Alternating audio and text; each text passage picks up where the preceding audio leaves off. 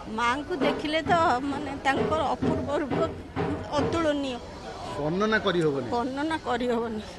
आज जो रूप देखा माने तांको देखिले भी देह शीते उठुची। माँ कटक चंडी पीठरे चली नवरात्र पूजा एवं आज होउची पंचमी पूजा विशेष रीतिनीति रे माँ पीठरे पूजार्चना चली। आज माँ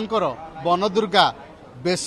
करा जिवो एवं प्रत्येक श्रद्धालु भक्त जो मैंने आसुचंती माँ पाखक माँ आशीष लाभ करने माँ आशीर्वाद लाभ करने ये निश्चित भाव में आम कहीपर यही समय माँ को दर्शन कले कोटि जन्मर पुण्य मिलता है बोली विश्वास रही। आम निश्चित भाव में यही पूजार रीतिनीति उपरे आलोचना करवा आम सहित कटक चंडी मंदिर पूजक अति मनोज पंडा अच्छा विशेषकर आलोचना करिया आज कौन रही रीतिनीति पूजार्चना। आज्ञा कौन कहे बर्तमान तो चली नवदिनात्मक पूजा यही पूजा रे आज हूँ पंचमी पूजा माँ आज वन दुर्गा बेश भक्त को दर्शन देवे केमिति माहौल देखुंत एवं पंचमी पूजार रीतिनीति विशेषत्व कौन रही। दशहरा आरंभ होता है मूलाष्टमी ठारू कि प्रकृत में भिड़टा आस्ते आस्ते आस्ते आस्ते बढ़े नवरात्र ठारू तेणु आज देखिए गतकाल अपेक्षा आज अधिका भिड़ आज बेशटी आप जो देखिए सन्ध्या जो बेशटी वन दुर्गा बेश अत्यंत मनोलोभा बेशटी सनातन धर्म जुगे जुगे नारी मान बहुत उच्च आसन दिए नारी सर्वदा वंदनीय पूजिता तेणु ये वन दुर्गा बेश आप देखिए जे माँ देवी तले जंगल में बुलूँ गोड़े गोटे कंटा पशि कंटकई कहुए और स्वयं विष्णु आसी गोड़ कंटा काढ़ुं ये प्रतिपादित हुए जे नारी प्रकृत में वंदनीय और मातृशक्ति से पूजनीय आ पूजा विधि कहया गले आमर सबुदिन षोडशोपचार पूजा हुए दशहरा पर्यंत षोडशोपचार पूजा हुए केवल अष्टमी दिन पूजार व्यतिक्रम घटी थाए जमी मुझे संधि पूजा हुए और रात्रि विहित पूजा यहाँ से दिन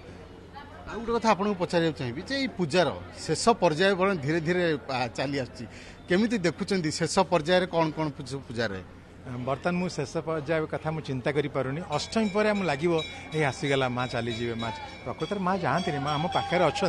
किंतु दशमी दिन आम तो पारंपरिक रीति माँ को नदी में समर्पण करूँ कहीं आमर शास्त्र अनुसार मुझे सदा कही मूलायाम आवाहयामी श्रवणायाम समर्पयामी तेणु दशमी दिन जमी घट आसिक स्थापन होता है जो मूलाष्टमी दिन से दशमी दिन घट समर्पण हो सारापर सरला दशहरा पुनः अपेक्षा आ गोटे वर्ष आपण शुणुले मूलाष्टमी ठारू महाअष्टमी ये जो पर्व ये जो परंपरा रही माँ कटक चंडी पीठरे ये निश्चित भाव में आम कहीपर ये परंपरा पुणी लगी रो एवं जो भक्त श्रद्धालु मैंने आसुंच से माँ सानिध्य लाभ करुँच कौटू आसते ढेंकानाल आसते केमी देखुं आज माँ बेश माँ रूप बहुत बढ़िया आ बहुत गाँव लोक समागम बहुत बहुत उत्कंठार सह लोक मैंने दर्शन कर दीप जालुं भोग भी लगाऊँ आ लोक मानकर उत्साह भी बहुत तेणुक माँ ये सब उत्सव जो समस्ते सानिध्य लाभ करने आम आउ किसी प्रतिक्रिया नवा माँ आपन गोटे पचार चाहिए आप कौटू आसी माँ को आज दर्शन कले माँ केमी देखा भुवनेश्वर आसी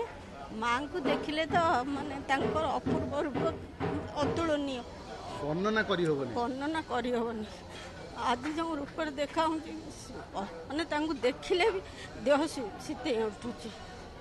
कौन आम अधिका कह प्रतिदिन माँ को प्रत्येक बेश सज्जित करा जाए विशेषकर यही षोल पूजा समय माँ विभिन्न बेश आप यही षोल पूजा समय आसी किसी मानसिक रखता सी तो मनर कथा तो सबू जना आम कौन कहूँ सी सब वर्ष मु गोटे दिन आसिक दर्शन करे माँ तेणु माँ दया मु सुरक्षित अच्छी सी इच्छा सी सब ही माँ आपण गोटे पचार चाहिए माँ को आम कौन मागिबा सी तो सबू जानती सबू शुणती सबू देखती केवल तांको देखा आ मागिबार किसी अवकाश नहीं। ठाकुर पिला भले रखू एमती सब विशेषकर ये षोल पूजा समय शरतकालीन पूजा समय माँ केमी देखा जाती सब सुंदर दर्शन भल हाँ भले ठाकुर सब ठीक भाग सब अच्छा भल सब